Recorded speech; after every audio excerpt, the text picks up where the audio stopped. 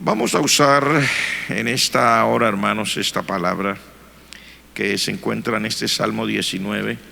He querido dividirlo en tres partes. La primera es la voz del silencio de Dios. La segunda es la voz de Dios a través de la palabra revelada al hombre. Y lo tercero es cuál es mi posición delante del Señor. Pero quiero tomar esto para usarlo bajo el título: sean gratos los dichos de mi boca y la meditación de mi corazón. Sean gratos los dichos de mi boca y la meditación de mi corazón. Yo quiero en esta hora comenzar con esta parte.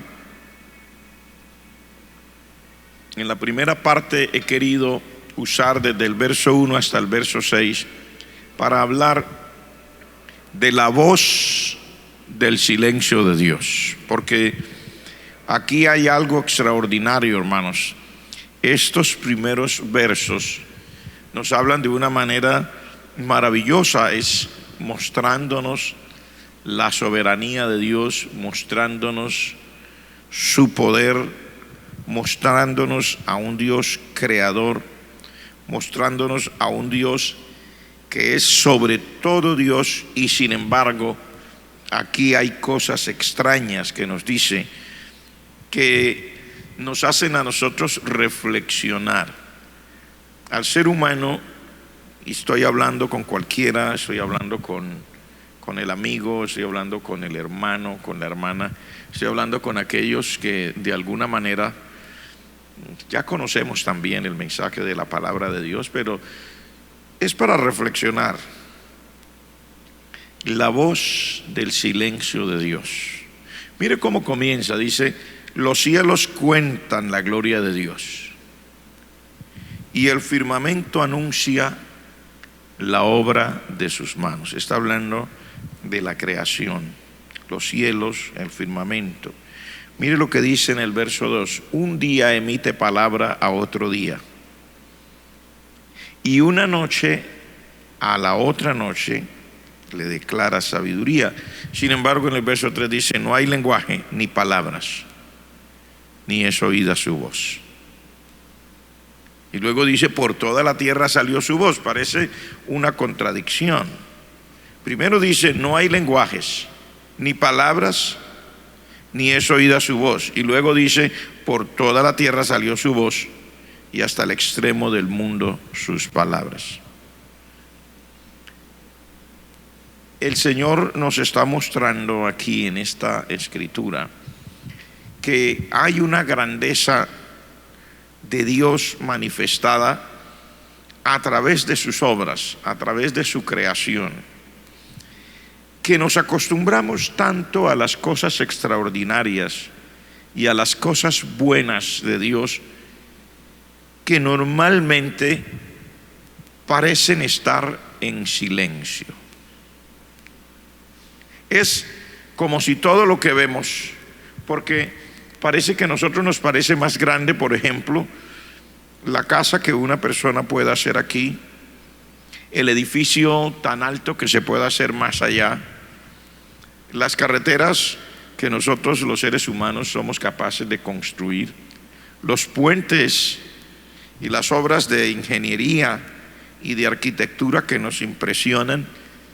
Las ciudades y los países compiten entre sí para mostrar que son adelantados por sus obras, por lo que hacen. Y parece ser que todo eso llamara más la atención de nosotros como seres humanos que lo que Dios ha hecho. Por ejemplo, voy a decirle, y esto tiene que ver con usted, tiene que ver conmigo, tiene que ver con cualquier persona. Los deseos de la gente viajar, el deseo que tenemos los seres humanos de ir a una ciudad, a otra ciudad, y tal vez se corre la voz a través de los medios de comunicación cuáles son las ciudades más imponentes, más llamativas en el mundo. Tenemos ciudades que atraen la atención. Algunos tal vez ciudades históricas como París, Roma y las ciudades de lo que llamamos el Viejo Mundo, donde nos muestran las maravillas que hubo en aquel tiempo. Nos muestran estadios, o llamémoslo de alguna manera, lo llamaban circos romanos o con el nombre que les quisieran dar, donde cabían 25,000 personas, 30,000 personas, el Coliseo romano, la capacidad que tenían, cómo hicieron unas obras de ingeniería hidráulica que podían llenar la parte de allá abajo, donde nosotros llamaríamos la arena, en un momento determinado, y hacer como una resemblanza de una batalla naval en medio de Roma. Todas esas cosas nos impresionan, o tal vez ir a Grecia, ir a Atenas, ir a las ciudades antiguas que nos muestran el poderío que ellos tenían. Hemos hablado de los jardines colgantes de Babilonia, las 7 maravillas del mundo antiguo.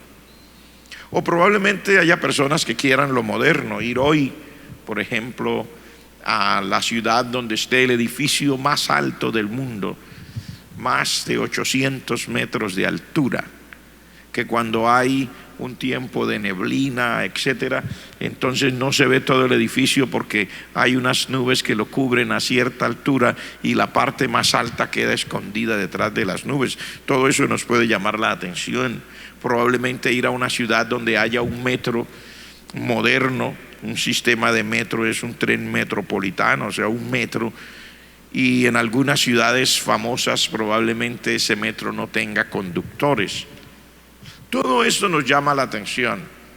Algunos hemos oído hablar o mencionar ciudades como Singapur, Sydney, y lugares famosísimos como Kuala Lumpur, o de este lado del mundo, ciudades que nos llaman la atención por su modernidad.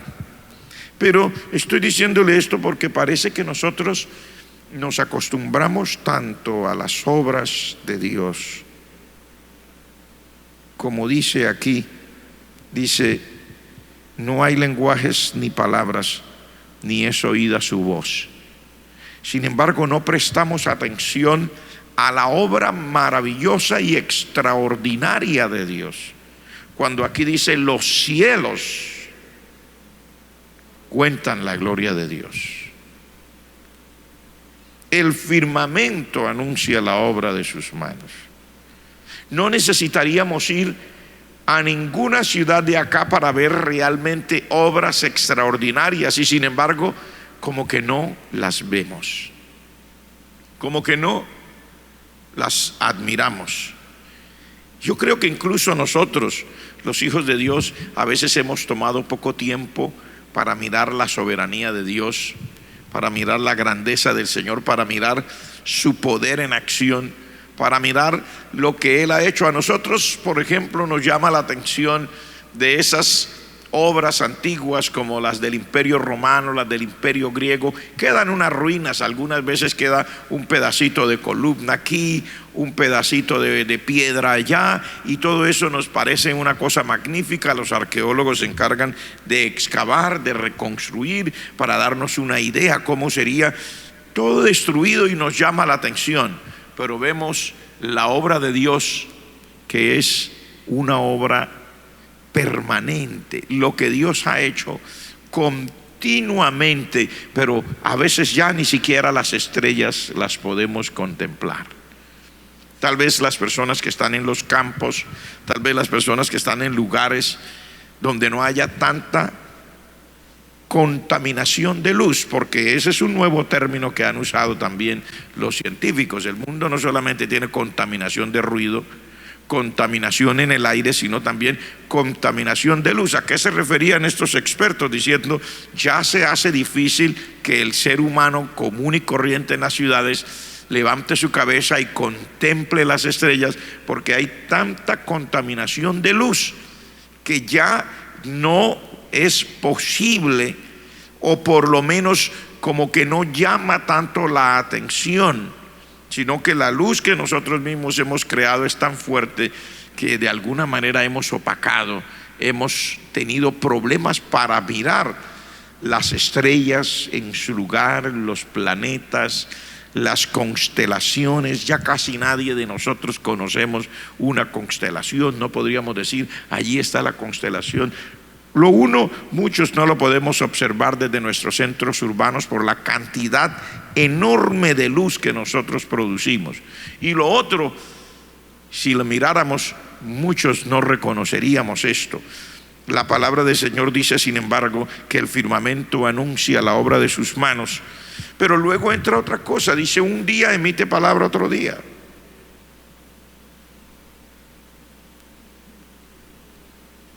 Y una noche a otra noche declara sabiduría. Mire, la exactitud de las cosas que Dios ha creado, el hecho de hablar de un día que le habla a otro día, o sea, un día le emite palabra a otro día y una noche a la otra noche, ¿de qué está hablando? Nuestros días son exactos. Días de 24 horas divididos entre día y noche. Tanto así que podemos tener un reloj, y los relojes que nosotros usamos no son los que siempre se usaron. En su momento habían relojes de sombra o relojes de sol, para que me entienda. Con la sombra se marcaba y se sabía exactamente la hora del día en que estaban. Estos relojes existen para la gente que quiera saberlo, los arqueólogos, etcétera. Ellos se han encargado de investigar la exactitud, lo que Dios ha hecho, de tal manera que se podía medir incluso, y todavía si la gente quisiera pondría estas cosas en funcionamiento. Ahora tenemos unos relojes diferentes, modernos, lo ponemos aquí a la muñeca de nuestra mano, o lo ponemos aquí para hacerlo portátil, o lo podemos poner pegado a la pared de la casa, pero se nos olvida que esto es una maravilla extraordinaria de Dios. Que podamos medir y decir, ha pasado 1 hora, han pasado 2 horas, han pasado 3 horas, se acabó el día. Ahora comienza la noche, y luego podamos decir, se acabó la noche, comienza un nuevo día, y se repita un ciclo permanente. Es algo extraordinario que nosotros no nos dedicamos. Nos parece más interesante pensar que haya, por ejemplo, un metro, o sea, un tren metropolitano que viaje sin conductor por los lugares, por las ciudades, que tenga paradas fijas, que ese metro pueda detenerse donde es, exactamente frente a la puerta que es, que se abran las puertas al mismo tiempo, que sea como digamos usando la inteligencia artificial, que sepa cuando ya los pasajeros se subieron, si uno está en medio de la puerta todavía no cierre la puerta, etcétera. Todo eso nos parece maravilloso, pero nos dedicamos a contemplar que eso sin embargo ha fallado. En más de una ocasión ha fallado. Los sistemas de software pueden fallar y pueden causar una tragedia. Sin embargo, nosotros no volteamos a mirar al Señor, que ha hecho cosas extraordinarias en el firmamento, en el cielo, cosas extraordinarias en su creación. Y quería decirles todo esto porque esta es la voz del silencio de Dios. Dice, no hay lenguaje ni palabras, ni es oída su voz. Sin embargo, dice, por toda la tierra salió su voz, y hasta el extremo del mundo sus palabras. Dicho de otra manera, esa voz silenciosa del Señor, aunque la gente no la queramos oír, sin embargo está allí, y dice por toda la tierra. No hay nadie que pueda decir no soy consciente de esas cosas, porque todos los seres humanos disfrutamos de esto mismo. Ahora, quiero llevarle a lo que es la voz de Dios a través de su palabra revelada, como nos lo dice desde el verso 7 hasta el verso 10. Habla de la palabra revelada de Dios, o sea, de la palabra que Dios dio para que el ser humano la recibiera y la tuviese escrita, para que de esa manera ahora sí lo oigamos a Él. Dice: la ley de Jehová es perfecta, que convierte el alma. El testimonio de Jehová es fiel, que hace sabio al sencillo. Dice: los mandamientos, el testimonio, los mandamientos de Jehová son rectos, que alegran el corazón. El precepto de Jehová es puro, que alumbra los ojos. El temor de Jehová es limpio, que permanece para siempre. Los juicios de Jehová son verdad, todos son justos.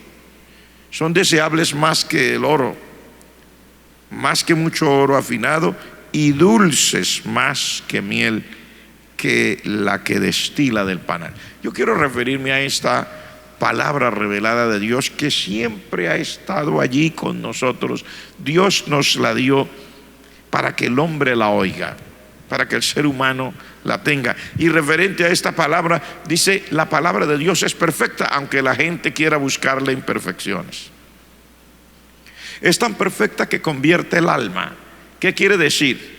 Que hace al ser humano volverse de su ignorancia, de su maldad, de su pecado, para volver a encontrarse con Dios. O sea, esta palabra de Dios hace una obra especial dentro de aquellos que la queremos recibir. Quiera el Señor que nosotros todos los que estamos oyendo volvamos nuestros ojos a la palabra de Dios, porque uno de los grandes males de la sociedad de nuestros días, y sobre todo que es un mal de la iglesia, la sociedad de nuestros días ha tratado de eliminar en lo posible la palabra de Dios. Realmente, en lugares que en un tiempo eran llamados lugares privilegiados porque se basaban en la palabra del Señor, las personas que no tenían el deseo de agradar a Dios lucharon hasta que pusieron leyes capaces de eliminar la palabra de Dios de las escuelas públicas, de las universidades, de los centros de enseñanza. Un profesor no puede llevar la Biblia, o por lo menos que no se la vean, no la puede sacar públicamente delante de sus estudiantes. Se les reclama a las personas por mencionar la palabra de Dios, si es que así lo hiciera en algún momento. En otros sitios la palabra de Dios ha sido perseguida, por decirlo de alguna manera, en su forma impresa. A través de la historia hubo momentos cuando la palabra del Señor escrita en el libro que nosotros llamamos la Santa Biblia era recogida y lanzada a las hogueras, porque no se debía leer la palabra del Señor. Sin embargo, a pesar de que el ser humano haya perseguido la palabra de Dios, pero Dios le dijo a Saúl, ¿no? Es muy duro darle coces al aguijón, o sea, es muy duro luchar de esa manera, porque resulta que lo que la gente no sabe es que la palabra de Dios es viva y eficaz, y más cortante que toda espada de dos filos. Entonces, a pesar de que la han perseguido, sin embargo, es todavía el libro más vendido y más traducido al mayor número de idiomas en el mundo. Es la palabra del Señor. Los hombres y mujeres que han tratado de eliminarla, ya ellos, su memoria ha sido olvidada. Algunos pocos se acuerdan de ellos y los mencionan tal vez en una clase de historia, pero el común de la gente ya no se acuerda de ellos. Sin embargo, la palabra de Dios permanece para siempre. Y yo digo en esta hora que una de las cosas interesantes que debemos mirar nosotros como iglesia es la gran necesidad, hermanos, que tenemos de volver a esta palabra de Dios, porque es la palabra de Dios la que convierte el alma. Si tenemos tantos problemas espirituales, y estoy hablando ahora con nosotros, con la iglesia, con los jóvenes, con los adultos, si tenemos tantos problemas en nuestra vida, si hay tantas cosas que nos han hecho daño en lo que tiene que ver con nuestra vida, nuestro comportamiento, nuestra conducta, nuestra manera de caminar delante de Dios y delante de este mundo, si todas esas cosas han sido así, hermanos, es por habernos olvidado de la palabra del Señor. Y cuando yo digo habernos olvidado, quiero decir, ya no hay mucha gente que se siente diariamente, como lo dice la palabra del Señor, con sus hijos, con su esposa, con su esposo, con los que estén bajo su techo, para decirles: saquemos este tiempo para oír y para escuchar la palabra de Dios, ni a nivel familiar ni tampoco a nivel personal. Eso es preocupante, y Dios ha querido que nosotros volvamos nuestros ojos a Él. Hay tanto afán, tanto ir y venir, tanta carrera, tanto en la sociedad que no conoce al Señor, como en aquellos hermanos que sí, de alguna manera decimos: yo conozco a Dios, yo soy de los que he buscado al Señor, yo soy de los que tengo esta palabra en mi corazón, yo soy salvo, yo tengo vida eterna. ¿Cuánto tiempo realmente invertimos en recibir esta palabra del Señor? Mire lo que dice aquí: la palabra de Dios es perfecta, que es la que convierte el alma. Lo que realmente nosotros necesitamos es palabra del Señor. Pero ¿sabe lo que nosotros hemos confundido? Hemos confundido esto con escuchar las predicaciones. Y es cierto, Dios bendiga a cada hombre de Dios, a cada mujer de Dios que predica la palabra del Señor. Y Dios bendiga, y tenemos acceso a muchas predicaciones que están guardadas de nuestra propia iglesia. Desde acá el Señor nos ha dado el privilegio, no sé cuántas predicaciones estén guardadas, acumuladas a través de las redes, de los medios donde se pueden bajar y escucharlas. Dios bendiga a cada uno, pero nada de eso reemplazará que usted y yo nos sentemos con el libro sagrado todos los días para recibir de Dios su palabra, porque esa palabra nos convierte el alma. Las personas que están luchando, las amigas que están luchando, los hermanos que están luchando. Usted sabe que este mundo es un mundo corrompido, hermanos. Es un mundo lleno de basura. Es un mundo que literalmente, espiritualmente hablando, no es nuestro hogar, y no vale la pena codiciarlo. No vale la pena. Sin embargo, este mundo tira y lanza a través de los medios masivos de comunicación, de las redes sociales, a través de la televisión, del cine, a través de los medios impresos, lanza tanta basura. Y muchos a veces en esa vida, sin sentir la necesidad de buscar a Dios, pueden sentir que tambalean frente a estas tentaciones horribles, a un mundo lleno de inmoralidad, a un mundo lleno de pecado, de maldad, lo que el mundo más ha disfrutado en este tiempo es drogas, sexo y violencia, y unas ansias de poder que son inimaginables, y esto ha llevado a una situación realmente difícil. Por eso yo le quiero decir, tenemos que volver a la palabra de Dios. Dice aquí que los mandamientos de Dios son rectos, que alegran el corazón.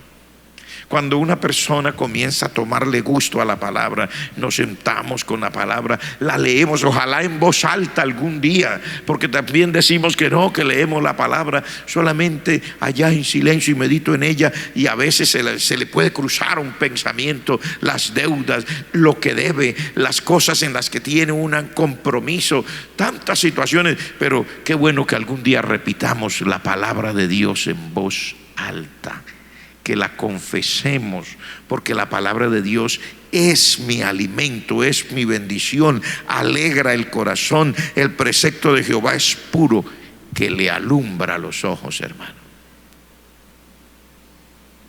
Le alumbra los ojos a cualquier persona, amigo, ¿Cuántas cosas se han hecho mal? ¿Sabe por qué? Porque no tenemos ese contacto con la palabra de Dios. Por eso se hacen las cosas tan mal como se están haciendo muchas veces en nuestras vidas. Aún para muchos de nosotros que decimos creyentes, hacemos una cantidad de cosas que no tienen sentido. Nos hemos olvidado de lo que Dios dice. Vivimos en una partecita de la palabra y es cierto. Mi salvación no depende de lo que yo haga, mi salvación depende de lo que Cristo hizo por mí. El Señor Jesucristo es mi Señor, es mi Salvador. Él derramó su sangre.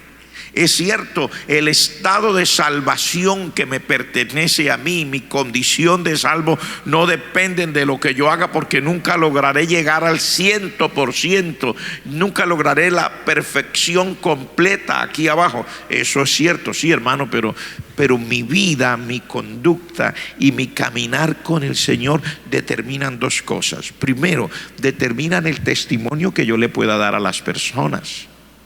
Porque las personas esperan de mí que si el Señor me ha salvado, que haya unas evidencias de que el Señor me ha salvado, porque ellos no pueden concebir. Los amigos que están allá afuera sufren las mismas dificultades, problemas, angustia de la vida, y ellos esperan, no, pero si Dios lo ha cambiado, déjeme ver que lo ha cambiado. Si Dios lo salvó, déjeme ver que Dios lo salvó. Y lo otro es que también la vida y la conducta mía aquí abajo en esta tierra también determinan el grado de bendición que yo puedo transmitir a los demás. Porque yo no puedo inspirar a otros si yo mismo no estoy inspirado. No puedo llamar a la oración a nadie si yo mismo no estoy orando. Por lo menos si lo hago, si inspiro a otros o les digo que lo hagan y yo no lo estoy haciendo, la gente oirá mis palabras, pero jamás tendrá un respaldo de mi propia vida. Sobre todo cuando vivimos en un mundo tan falso como este mundo moderno. El mundo moderno es falso. El mundo moderno trata de mostrarle a la gente cosas que no son reales, y mucha gente también trata de mostrar cosas que no son reales. Las personas estamos inmersos en una competencia por mostrar cosas que muchas veces no tenemos. Pero la palabra de Dios es fiel. Quiero entrar en esta parte ya, el último verso de lo que es la palabra de Dios. Dice la palabra de Dios: los dichos de Dios son deseables más que el oro, más que mucho oro afinado, y son dulces más que la miel y más que la que destila del panal. Hermana, hermano, si logramos entenderlo, si logramos alimentarnos de esa palabra de Dios, nuestra vida realmente va a ser bendecida. Hay algo extraordinario en la palabra de Dios. Quiera el Señor que aprovechemos este tiempo, hermano. Sentémonos con la palabra 1 hora, 2 horas. Hay tiempo, sobre todo ahora que el Señor nos ha dado de alguna manera, aunque sea obligatoria, una quietud. Estamos algunas personas desesperadas en casa, no hallamos para dónde salir, la gente camina. Y le pregunté a alguien, me dijo: pastor, camino de la cocina al patio y del patio a la cocina, pastor, no sé qué hacer. Estad quietos, dice el Señor, y mirad que yo soy Dios. Aproveche este tiempo, esa angustia que usted siente, ese desasosiego, cálmelo. Abra el libro sagrado. Abra el libro sagrado. Mateo, Marcos, Lucas, Juan, Hechos de los Apóstoles, Romanos, Primera, Segunda de Corintios, la palabra de Dios. Siéntese, abra su boca, repita la palabra. No se imagina el bien que le estará haciendo usted a su propia alma. Y a cualquier amigo que me está oyendo, lo mismo le digo. Muchos amigos están en un apartamento, no sé de cuántos metros cuadrados. Hoy día se dice que un apartamento de 75 metros cuadrados es grande. Bueno, si es de 75, de 50 o en un apartaestudio, en una habitación, usted no estará preso mientras su alma pueda disfrutar de las bendiciones de estar en comunión con el Señor y en comunión con la palabra de Dios. Hermana, hermano, amiga, amigo. Pero yo quiero ir a esta última parte. El título es: sean gratos los dichos de mi boca y la meditación de mi corazón.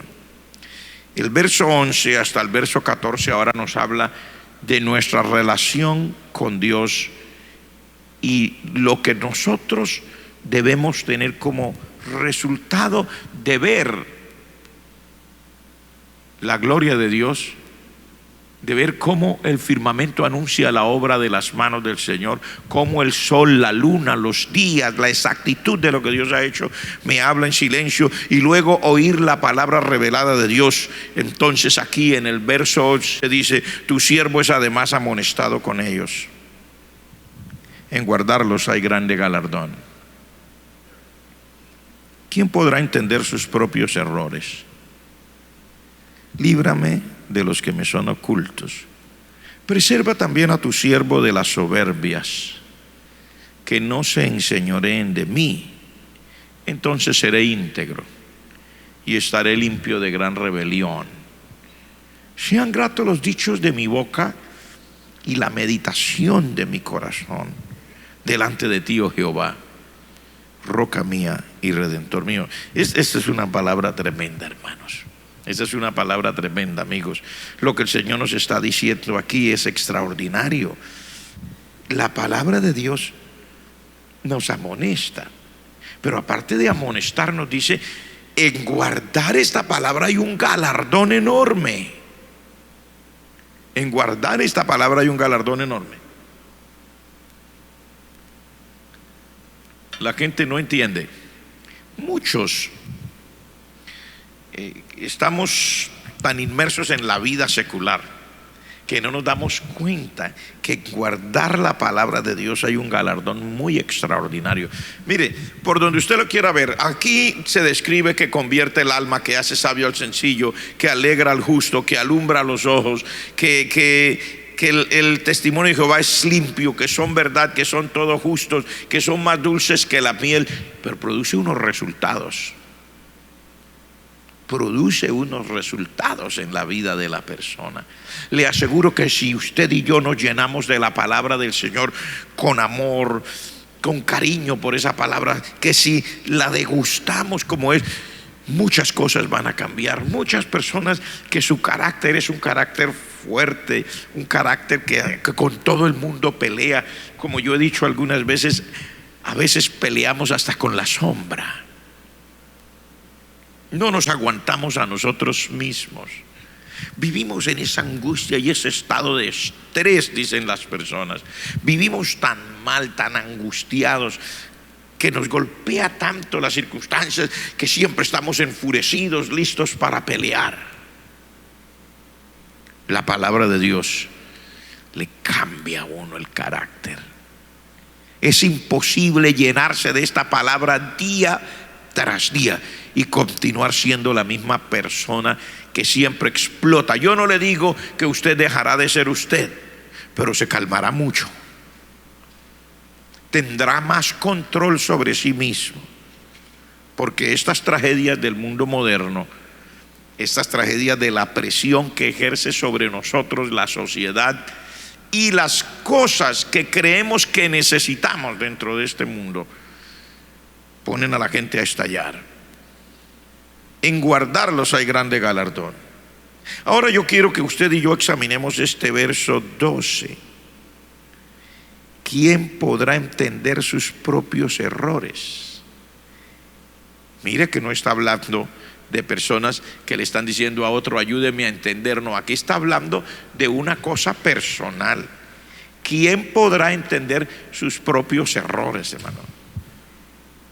Eso se trata de una cosa particular, porque no sé, nosotros, y en este momento déjenme hablar con nosotros como iglesia. Nosotros como iglesia, como hijos de Dios, como creyentes, tenemos una bendición. ¿Cuál? Somos parte de una iglesia, aunque Dios en estos días nos ha dado el privilegio de que, aún siendo parte de una iglesia, cada uno esté sentado en su casita.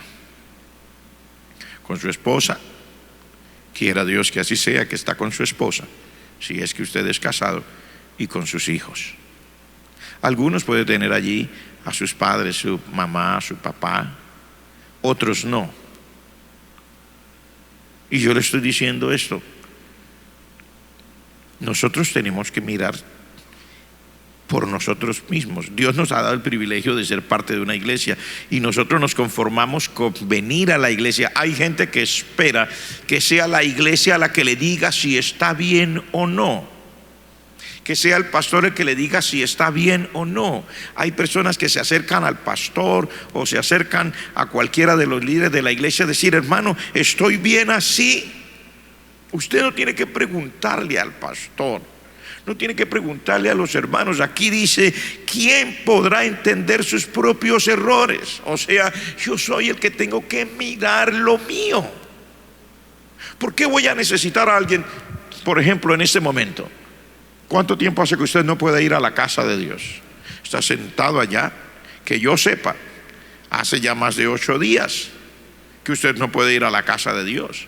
Hay gente que ha escrito y dice: ay, cómo extraño a los hermanos. Sí, amén. Pero ¿no cree usted que todo esto nos debe servir a nosotros para mirarnos también a nosotros mismos? Ahí quietos, callados, donde estamos, frente a la palabra de Dios, frente a la presencia del Señor.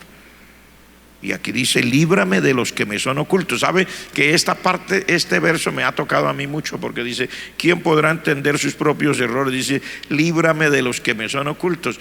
¿Sabe qué, hermano? Le voy a decir una verdad. Muchas veces tenemos nosotros cosas que están mal, que nosotros no las hemos identificado. Y por eso dice aquí: ¿quién podrá entender sus propios errores? Líbrame de los errores que me son ocultos. Porque es que hay muchas cosas, hermano, demasiadas cosas en la vida que las personas no miramos con detenimiento. Nosotros a veces nos dedicamos a mirar a otro. El Señor Jesucristo lo dice muchas veces en la palabra: ¿usted por qué mira a los demás? ¿Por qué mira lo que está en el ojo de su hermano? Luego el Señor dice allá en una de las epístolas, dice: ¿y tú por qué juzgas al criado ajeno? Él también tiene un Señor. No es que nosotros debemos complacernos que cada uno viva como quiera. No, Dios pone un orden, pero si vamos nosotros al grano, lo que el Señor realmente está diciendo aquí es que yo soy responsable por mí mismo primero.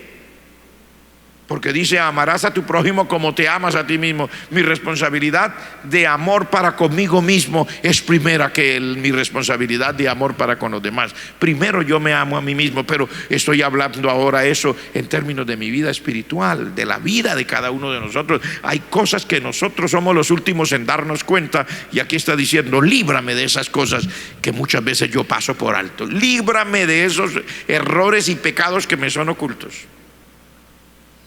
Y luego en el verso 13 dice: preserva también a tu siervo de las soberbias. Las soberbias, sí, ¿qué es la soberbia?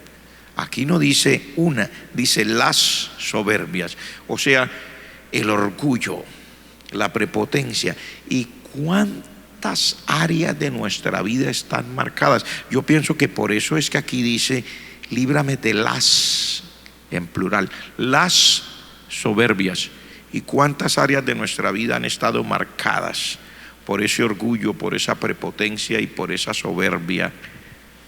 Y nosotros somos los últimos en identificarlo. Dice aquí: preserva también a tu siervo, presérvame a mí de las soberbias, que no se enseñoreen de mí. O sea, que las soberbias en cualquier área de la vida que se manifieste no gobierne mi vida, que no sea mi estilo de vida.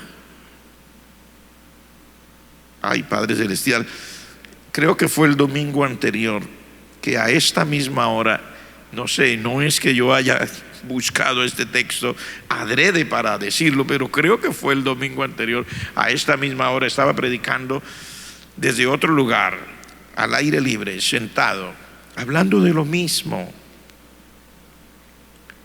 El orgullo. Aquí dice: preserva a tu siervo de las soberbias. Y yo les decía que este es un punto que Dios lo trata demasiado en las Escrituras, y que nosotros, con honestidad como iglesia, hermanos, nosotros lo soslayamos.